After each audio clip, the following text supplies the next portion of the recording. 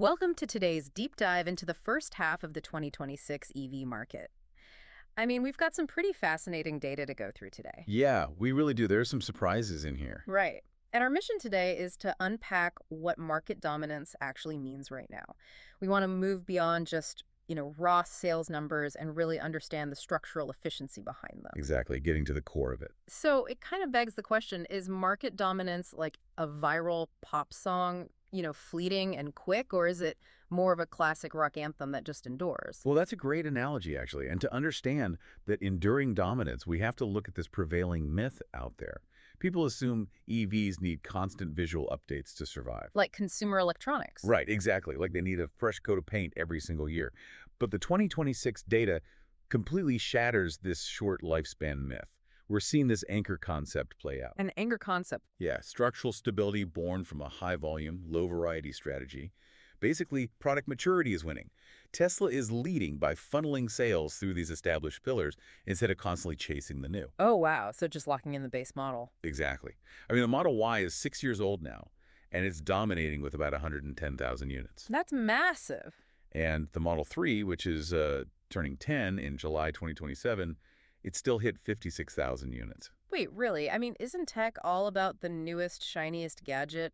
Why is a decade-old platform beating heavily hyped new releases? That feels so counterintuitive. It does, but a car isn't a smartphone.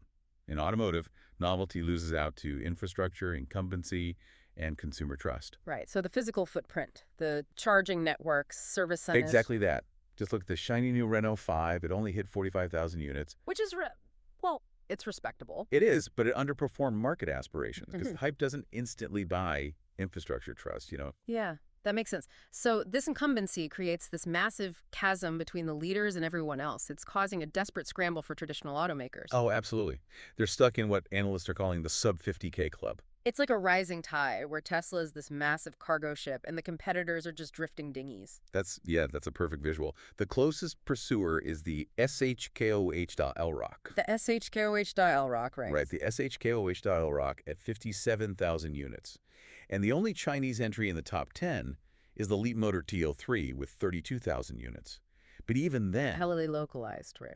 they rely heavily on Italy with over 23,000 sold just in that one market. Wow. And the wild thing is the tide really is rising. The European market grew 34.7% to 1.59 million units. It did.